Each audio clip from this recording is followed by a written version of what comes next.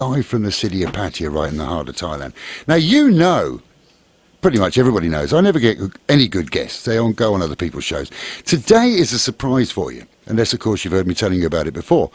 Manchester United Football Club. Now, you know and I know that every single person you know that is Thai loves Manchester United. There's nowhere in this country that you go. You can go to a village right up in the back where there's no electricity. Never seen a Falang before. I have. When I got there with the old woman, you sit up there and somebody comes across. Oh, Kun Tommy, you Angrit? Yes. Manchester United, Beckham. That's what they always say. I'm sorry, guys, because in the studio with me today, Dennis Irwin and Clayton Blackmore, former players with Manchester United Football Club. Welcome to Fabulous 103. Thank you. Thank you. When did you arrive in Thailand? I think I was about 9 o'clock this morning. 9 o'clock this morning. And where have you been?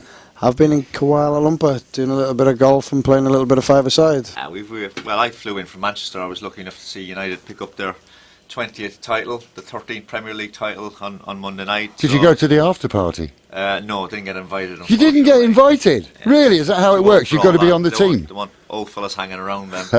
Now, it was great to see. So, again, I just got in this morning as well. So now, you guys both, obviously, as we know, you both played for Manchester United. And I know we're going to talk about in a moment that 4 of you are going to be coming across in the summer to support a fabulous charitable organisation over here. Just a quick question before we get on to what you're coming over here to do. Because everybody's going to want to know the answer to this question. How did you get into football? No, seriously, I mean, because years ago you'd hear the story about the little kid that had a torn pair of shoes and he'd be kicking a can up a cobbled street and there would be a football scout and he'd discover him and the next day he was driving around in a Ferrari. How does it work?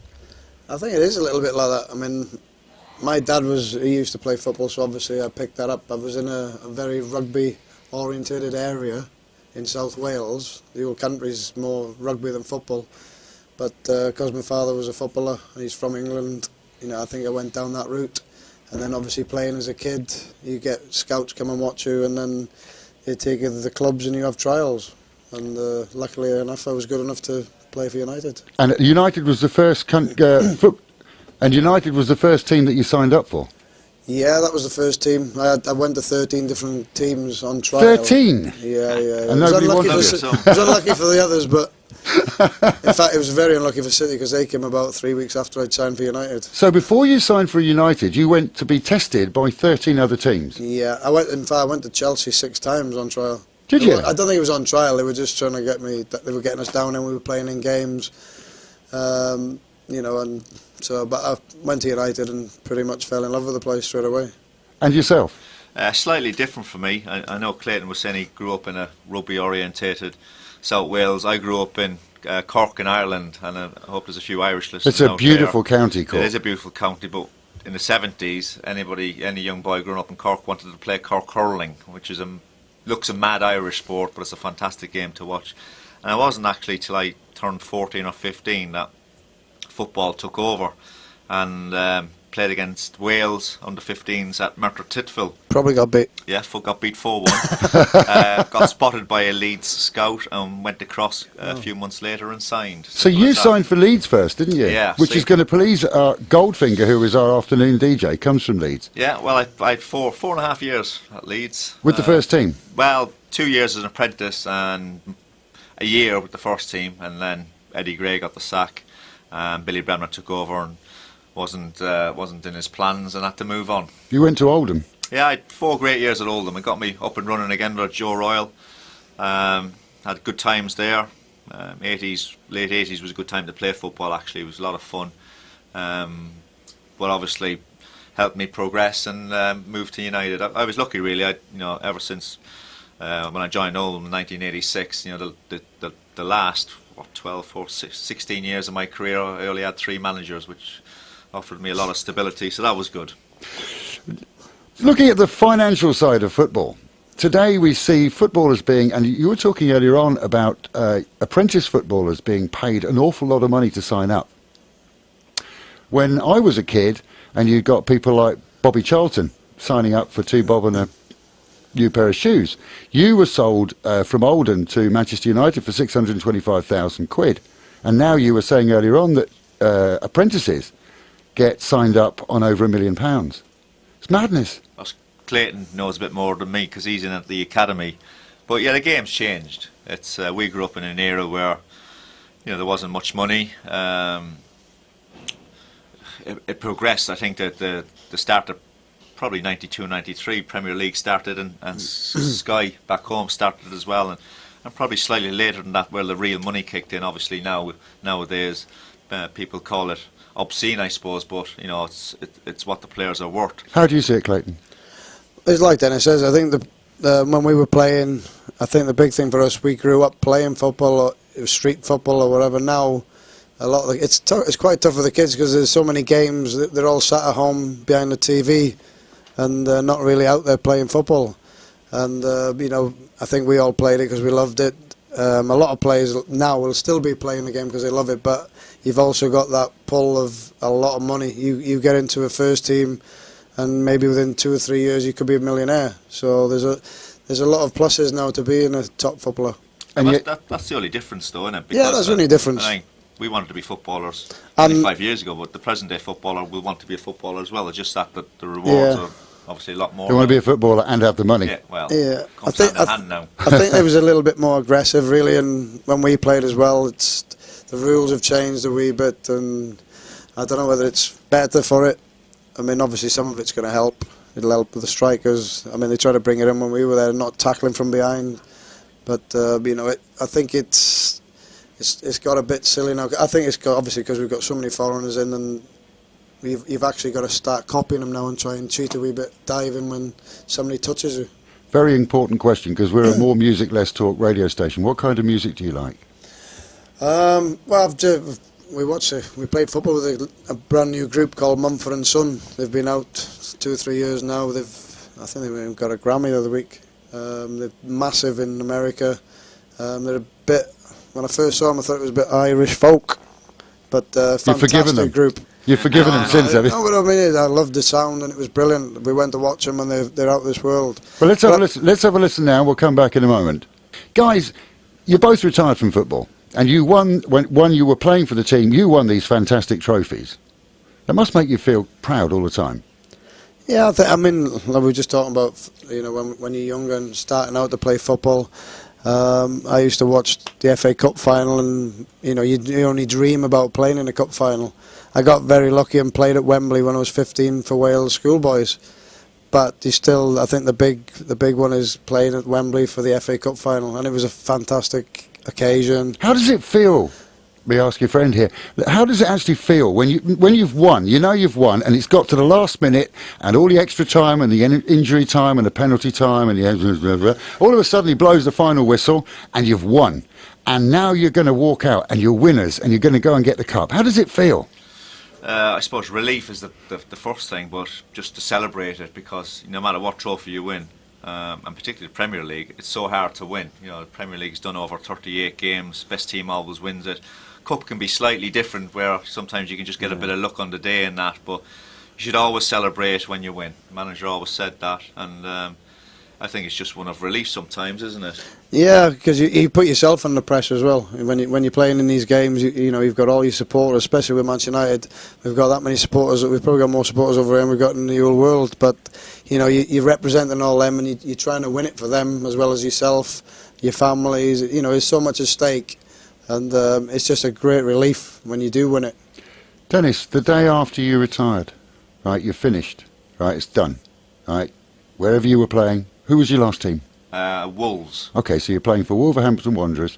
Today's the last day. Now you're retired. How did it feel the first day? It felt strange, but I was 38, nearly 39. So you're pretty old, really. I knew, I'm pretty old in the game. But I knew it was coming. I mean, I've thought about retiring the previous season when we got promoted with Wolves, actually. But Dave Jones asked me to stay on.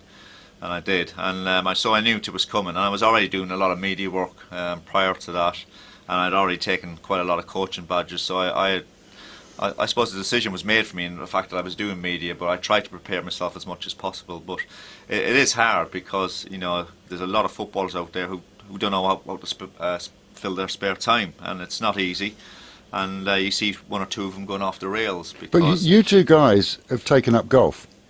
I haven't. You're not play. You're not a I golf. play a little bit, but not as much as Mr. Blackmore here. Don't be surprised if somebody ends up playing with Dennis and we're back in June. He's a top player. This is what I was going to get to, because you guys are coming back in June with 2 other friends. Who are the friends? Was Andy Cole and Lee Sharp. So we got half a football team nearly. Nearly half. Take off for injuries and penalties and stuff like that. We got what was left of a football team. Half a football team coming over. Fine as a goalkeeper. It's a 5-a-side team. I don't know anybody that can catch round here. There's lots of catches in the town, but there's not. So you're coming over in June. Yeah. And you're coming over to support a charitable organisation over here. Yeah, you know, it's a great charity. It's 4 great charities, and I think that's one thing we can do as ex-players, and you know, people hold us in high esteem all over the world. You know, it gets people out and you know using their money for the right thing, right reasons, for people who you know need the money, and it's just nice that we can help that way. Well, we're going to go see a couple of charities now after this. You know, the first dinner is in Pattaya here on June the 6th. We've got a golf day here as well. We're also up in Bangkok. As I said, the 4 of us are over here, and hopefully, you know, we're raising money for 4 charities. I think you can log on legacyforlegends.org so to buy some tickets, and it should be a great night. You're quite good at doing commercials, you aren't you? Yeah, it should be a great night. That's all those years with RTE, isn't it? Yeah, it probably is actually all the breaks they have in there. But no, it should be. The dinner should be a great night. 4 of us reminiscing about. Is that what you're going to be doing for us? Are you going to be telling us some of the backroom tales that nobody's ever heard? Yeah, just a few stories, I think, of what's happened. I've got a good one about a giant turtle that nobody knows about. You're going to tell me now? Eh? Save it. I'll save it for the Was night. it a You're female going to have to turn up if you want to hear Was it a female turtle or a male turtle? I couldn't tell you. It had a massive shell on it. It was sat on the beach, but it was dead. That is staying in, by the way. Pausing for a moment for a song on Fabulous 103. What kind of music do you like?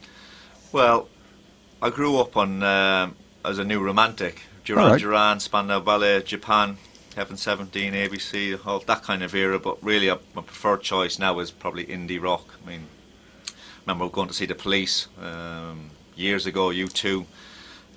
If you had a choice between U2 and the Police, which would you choose? They were both great. But you have to choose now. This is it. I'm putting you on the spot. U2 are Irish, so I have to go with them. U2 coming up on Fabulous 103 right now.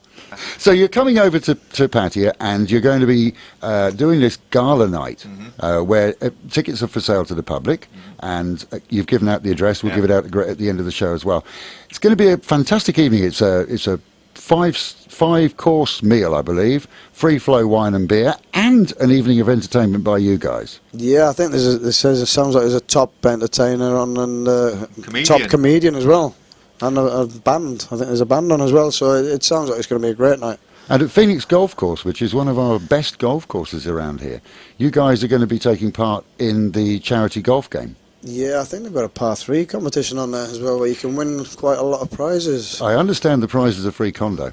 I'm not sure. I'm not sure if we're involved. So I also understand that you guys are excluded. Start having a practice this week. You don't need any practice. So you guys are coming over in the summer, coming over with Andy Cole and Lee Sharp. We've got a fabulous gala night, which is open to the public. Anybody can buy tickets, and we really, really, really, really, really, really hope that you do buy a ticket, because it's going to be not only a fabulous night, but you're going to be supporting Legacy of Legends, who in turn are supporting 4 charities around the country. You're going to be doing some gigs in Bangkok, and you're going to be doing this golf game. You're going to be playing some golf as well in the golf competition, which is open to the public. Anybody who plays golf can come and play. Yeah, they can come down, and I'm sure they might draw it out of a hat who plays with us, and they can maybe spend 18 holes with us. Gentlemen, I am honoured that you've come and joined us at Fabulous 103. It's truly been a pleasure. Thank you so much for coming and joining us. No problem, it's been a joy. We believe you. And I'm looking forward in June to seeing you guys again when you come over with your pals, and perhaps we can get together again, chat then. Yeah. And find out how it's going. We'll be back. Yeah, look forward to it. I know you're travelling around Asia for the next 4 days. Have a fantastic trip. I think you're going to see some sights that maybe you didn't want to see, that you don't actually expect. But that's where the money's going, and I think that's the heart and soul of the whole trip. Yeah, I think that's the main thing. You know, we're going to see where the money needs to go, and where the money is going to go, all of it. So that's the best thing about it. Thank you very much for joining us. Thank you.